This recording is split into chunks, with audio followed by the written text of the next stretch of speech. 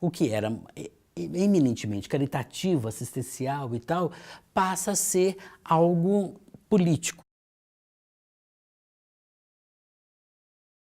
O que me fez me aproximar da luta contra a AIDS mesmo foi um reencontro que eu tive com um colega de infância e adolescência, que era uma das pessoas mais caretas, mais certinhas, toda meticulosa, que me conta da sua infecção por esse vírus e que destoava absolutamente de tudo que a gente escutava sobre o que era ter AIDS na década de 80. Né? Que era uma doença de homossexuais, que era uma doença de promíscuos, que era uma doença de usuários de droga, ou seja, tudo que esse cara não era. E ele me chama, então, para participar do GAPA, do Grupo de Apoio e Prevenção à AIDS, que estava sendo montado naquela época. Eles estavam nas suas primeiras reuniões e tal, aí eu entrei para ver o que era. Eu já estava na segunda reunião, já estava organizando, já estava... eu entrei na diretoria, sabe? Assim, eu fui sentar na janelinha, desde o primeiro momento. Então, aí, nessa hora, a gente começa a ter uma outra concepção, uma outra percepção e outra representação do que vinha a ser a AIDS de fato. Né? Era totalmente descolado do que a gente estava vendo, o que a imprensa estava dizendo. E aí o nosso compromisso imediato era de desconstruir essa representação, tentando impor um novo discurso a essa doença que se dizia tão maldita, peste gay, etc. E a gente falou, não, a gente tem que começar a pensar de uma outra maneira. O problema era que a grande maioria das pessoas que estavam envolvidas nesse projeto do GAPA, nesse primeiro momento, eram pessoas com muita boa vontade e eles não estavam muito interessados na incidência política do que era essa doença. A questão deles era um paciente que precisava, um usuário que estava sem algum tipo de medicamento, sempre com um recorte bastante caritativo, muito assistencialista e tal. Quando a gente chega, quando eu falo a gente, porque nesse momento foi realmente um momento de virada do grupo, né, que tinha se iniciado em março, salvo engano, de 87. Então a gente entra em junho, julho, e a gente foi, digamos assim, profissionalizando aquele trabalho, o que era eminentemente caritativo, assistencial e tal, passa a ser algo político, um movimento politizado, digamos assim. Então a gente passa, sem abandonar, porque a tensão estava ali, né? Os primeiros voluntários não queriam isso, queriam fazer as vontades e satisfazer as necessidades das pessoas que nos procuravam, mas a gente fala assim, não, ok, a gente pode fazer isso, mas a gente tem que fazer mais do que isso, simplesmente. Então a gente fala, não, a gente tem que trabalhar com prevenção, a gente vai trabalhar com assistência, mas a gente não pode ser assistencialista. Vamos trabalhar vamos nos aproximar dos profissionais da área de saúde que estavam envolvidos naquela época, né? Então a gente começa uma interlocução com o pessoal do CTR, o Orés Diniz, que tinha acabado de se organizar também, tinha uns 2 anos que eles estavam funcionando, e a gente começa então, a gente inaugura nesse momento do GAPA uma outra forma de trabalhar, né? Assim, aí a gente faz barulho.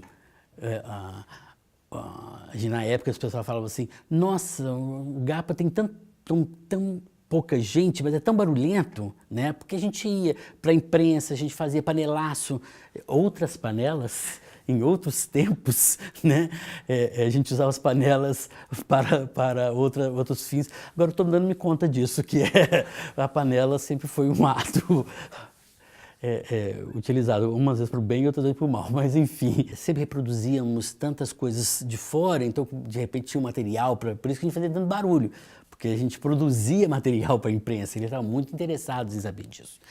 Mas a gente começou a ver que isso também era pouco, né? Que não adiantava a gente chegar nos locais fazendo pressão para um paciente, a gente precisava fazer pressão para que essa situação se resolvesse de alguma maneira. Então, largamos as panelas e adentramos aos recintos, né? Então, da rua a gente passa para os gabinetes, de modo a ter uma interlocução mais direta com os gestores. Isso faz uma diferença muito grande, né? Sobretudo porque naquela época nós tínhamos apenas o Eduardo de Menezes lá no Barreiro atendendo, e o CTR Eiras Diniz, na região leste de Belo Horizonte, um acolhendo de forma de ambulatório e o outro acolhendo de forma hospitalar, né? E a gente precisava ampliar isso, a gente precisava trabalhar com a ideia de que era possível o hospital geral atender HIV e AIDS, né? Então a gente começa a trabalhar, a gente começa a adentrar, né, nos gabinetes da FHEMIG, da Secretaria Municipal de Saúde, da Secretaria Estadual de Saúde, de modo a tentar dialogar com esses gestores. E daí, para chegar a Brasília, foi um passo muito curto, né? Porque nessa época nós éramos pouquíssimos do Brasil. Nós tínhamos o GAPA de São Paulo, nós tínhamos o GAPA do Rio de Janeiro, que foi fundado junto conosco, e aí tinha o GGB, lá da Bahia, o Grupo Gay da Bahia, nós tínhamos pipocando ONGs. Nessa época eram muito pequenos, um número bastante reduzido de ONGs formalizadas no país, e isso fez com que o Ministério da Saúde também nos chamasse para conversar. E a partir daí a gente estabelece uma outra forma de interlocução, né? Esse controle social foi muito importante neste momento para que a AIDS fosse pautada como uma política pública no município. Nesse sentido, eu acho que nós do GAPA auxiliamos bastante nessa conformação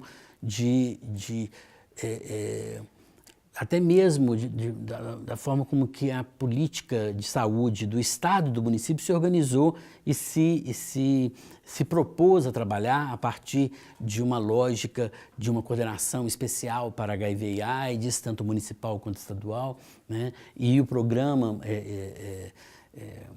federal, né, nacional, de combate à AIDS, a gente auxiliou nesse momento. Eu acho que foi um aprendizado bastante interessante, porque a gente, de uma certa maneira, estava aprendendo a fazer também. A gente batia a cabeça. E a gente reconhecia que eles estavam batendo cabeça, né, também. Mas a gente não queria nem saber se eles estavam batendo cabeça ou não. O que a gente queria era que respostas fossem ofertadas para a população. Nesse momento, o GAPA começa a uma crise um pouco de identidade, eu acho, porque a gente começa com uma ênfase bastante grande nas questões de prevenção, sobretudo para públicos que hoje são chamados populações mais vulneráveis, né? Mas, ao mesmo tempo, a gente não conseguiu se desgarrar totalmente daquilo que era assistência. E a gente lutava muito para não ser confundido com isto, né? Porque a ação da ONG, de maneira alguma, poderia ser pensada como uma substituição à ação do Estado. E esse risco estava sempre muito presente. E isso ainda no final de 89, início dos anos 90, né? E a gente lutando muito, resistindo muito a isso, mas mesmo assim a gente pensava, fazer o quê? As pessoas estão com fome, tem que ter cesta básica, as pessoas estão sem remédio, a gente tem que prover de alguma maneira, né? Então a gente tinha uma farmácia no GAPA, a gente tinha programa de distribuição de cesta básica, e tínhamos voluntários com todos os matizes de entendimento sobre o HIV e AIDS.